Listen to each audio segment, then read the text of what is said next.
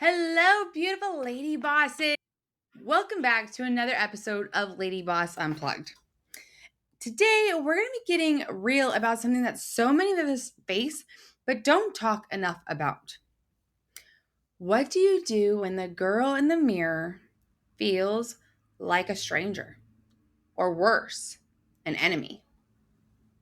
If you've ever avoided your reflection, picked apart your body, or felt like your worth depended on what you saw in the mirror, this episode's for you. I know I've been there. And today I want to talk with you and walk you through as we learn how to love the girl in the mirror again, because she deserves love. Hey, Lady Boss. Welcome to Lady Boss Unplugged, the podcast where real women have real conversations about crushing their goals, building unstoppable confidence, and creating lives they absolutely love. Hi, I'm Kaitlyn Talamonte, CEO and owner of Lady Boss, wife, mom of 2 boys, and your biggest cheerleader. Do you remember when mommy looked like that? Way not similar. Each week, we'll dive into stories, strategies, and straight up motivation to help you show up as the best version of you. Because let's be honest, you are made for more. So whether you're driving the kids to practice, hitting the treadmill, or just taking a moment for yourself, get ready to laugh, learn, and leave inspired. LadyBoss gives you the tools to not only hit your weight loss or your health and fitness goals, but to believe in yourself. This is Lady Boss Unplugged, where women like you rise, thrive, and shine.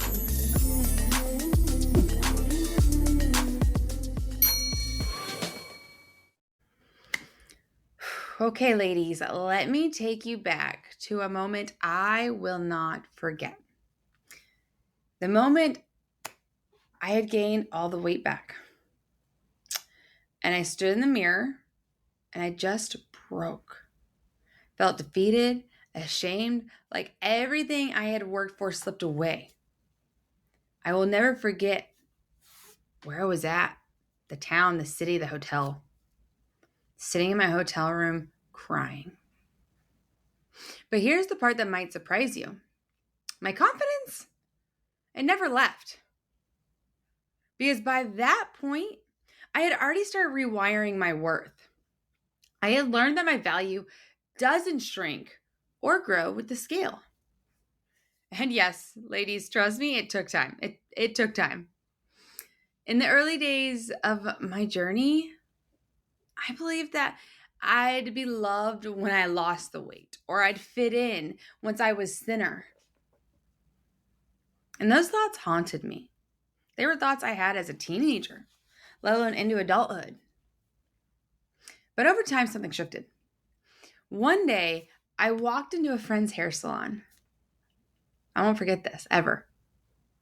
I had a cute outfit on, had some high-waisted jeans. I think I was wearing a crop top with a cute overcoat.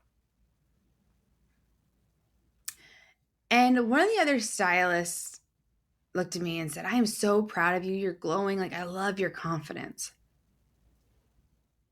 And I hadn't noticed it myself yet. But something had changed. I was standing taller. I was smiling bigger. I was showing up differently. And when she pointed that out, I was like, hey, yeah, I do like this. Confidence doesn't come when the number goes down. It comes when you stop giving that number the power. I realized this truth the moment I stepped on the scale and I saw the weight gain and still felt good, still felt powerful, and still felt like me. I had to unlearn so many lies. That I needed abs to be worthy, that the scale defines my success, that I have to be a certain size of clothes. And what really set me free was this thought. You ready for it, ladies? When I die, I'm not going to wish I had weighed less. I'll wish that I loved myself more while I was here. Let that sink in, ladies. Because we don't know when our last day is here. We're all headed towards death, right? Part of life, that's where we end up. We don't know when. But when you're on that deathbed, are you going to think about if only you had focused on the number on the scale? No. No, you won't. Now, here's the part where we're going to get practical and talk about the tools that helped me heal. These aren't magic fixes. We don't have magic fixes here, okay? But they've literally changed my life. 1, words of affirmation. And you've probably heard me say it 1,000,001 times, so I hope this hits differently and you're like, yes, I hear ya. Words of affirmation. When I first started saying words of affirmation, ladies, I felt dumb. I felt crazy. I felt I was talking to myself. I didn't believe a word I said. I felt like a liar and a fake. I was like, why? But I kept doing it. Yeah, I was told there were signs by now. I was told it worked. I'd seen others that it worked for. So I figured at this point, what do I have to lose? So I started saying words of affirmation and I kept going. I kept doing it. Day after day, I looked in the mirror and I would say words of affirmation like I am capable. I am worthy. I am beautiful. I am loved. I love my body. I just hopped off an event for a pre-event for an event I'm going to in September. And before I hopped on the event, I ran in my bathroom, I looked in the mirror, and I hyped myself up with words of affirmation. It's still something I use to this day. Next is dressing with intention. People a lot of times refer to dress to impress. I don't dress to impress anyone. I dress to impress myself, ladies. I love my closet. I used to hide in clothes. The baggy ones, big t-shirts, sweatpants. Not that there's a time and a place for them. But that's how I used to dress 24/7. And that was my comfort. I was hiding. There was actually a time I had just had my oldest son, probably been a couple months at this point, and my mom, my stepmom, I love her to death. She called me out. She's really good at calling me out. If you know my story, she's done it a few times, but all out of love, and I needed it. And she basically called me out on my baggy clothes, on my sweatpants I was wearing 24/7, on the fact that I was probably going a little too far between showers. And I had all the excuses, especially like the fact that I had a new baby. But I'd stopped showing up for me and I was hiding myself. I was using the clothes to hide. And so when she pointed out to me, I was like, I was mad. Don't get me wrong. I was a little bit like, oh, you hurt my feelings. But she meant it out of a place of love, and she was right. I was never the person in the past that lived in sweatpants. That was not me. Now, today, my closet is so much fun. I have sweatpants and baggy t-shirts, but I have cute jean shorts and sparkly glitter tops and fancy dresses and sundresses and skirts and pearly tops and baggy jeans and tight jeans and my closet is so much fun and it brings me joy. It brings me joy. It has a little bit of like everything, ladies, like classy, dressy, comfy, casual, fishing clothes. And my shoe collection, well, if you ask my husband, it's a little excessive. I'll probably keep buying shoes. Let's be real. But I now love to dress my body. It helps me feel confident and beautiful.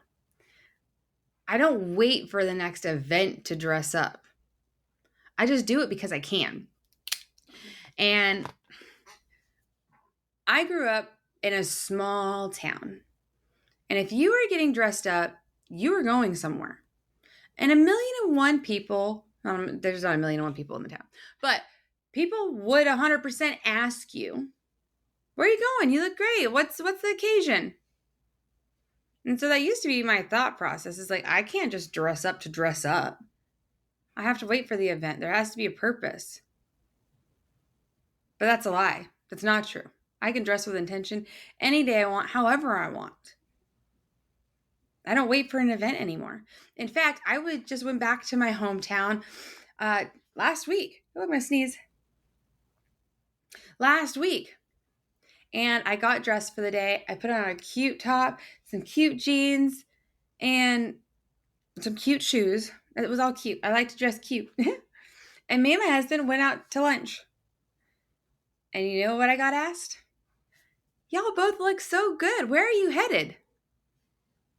Nowhere. We just got dressed today because we wanted to get dressed today. Because we wanted to dress with intention. Because we can. Because it makes us feel good.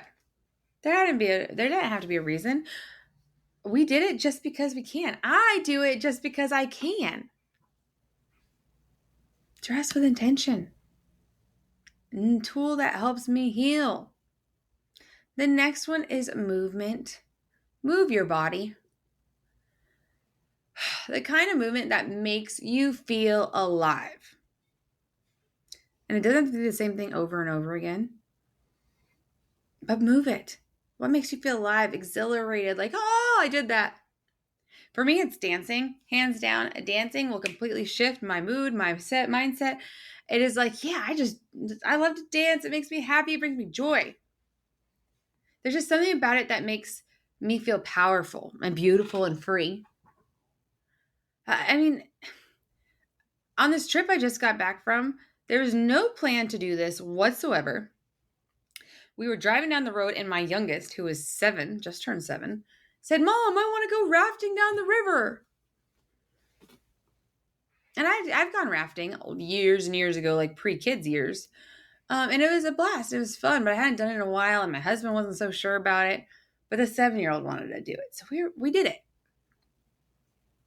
It was amazing. I was sore the next day from my arms rowing and like all the waves and whatnot. But gosh, I felt so alive stepping outside of my comfort zone. Rafting was amazing. So find movement that makes you feel alive. Another thing that my 7-year-old had us do was this cowboy coaster is what it was called at up in Wyoming. There was a cowboy coaster. Basically, it was a giant slide in the air, kind of like an alpine slide. I don't know how to explain it, but it was like a roller coaster that I was in control of. And it, again, made me feel alive, moving my body, putting myself outside of my comfort zone. Once I hopped on that sled tray thing, there was no stopping. I had to get down somehow. And it made me feel alive. So move your body. Find ways that make you feel alive, whether it's dancing, the gym, a walk, going down a cowboy coaster, rafting. Mix it up. Have fun. Next is affirmations and prayer. On the hard days, they do happen. They do. And unfortunately, sometimes more regularly than we want. Your old thoughts will creep in. And if you ask me, a lot of that has to do with our hormones. I mean, we have bad days, hormonal or not, but hormones play a massive role for us women. And those make hard days. And our negative thoughts creep in and we put ourselves into a funk. But remind yourself, I remind myself, God is within me, I will not fail. So find an affirmation or a prayer that works for you. So on the hard days, when those old thoughts creep in, you say it on repeat. What is that affirmation that's going to keep you going? That's going to kick that negative out of your mind. And then finally, perspective. I still struggle, ladies. I am human. But now I remind myself that my worth is not in my image.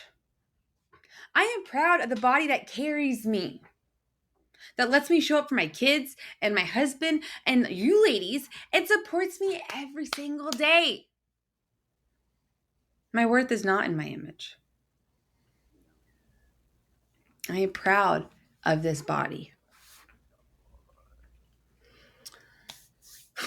So, what do I want to say to the woman listening who hates her reflection?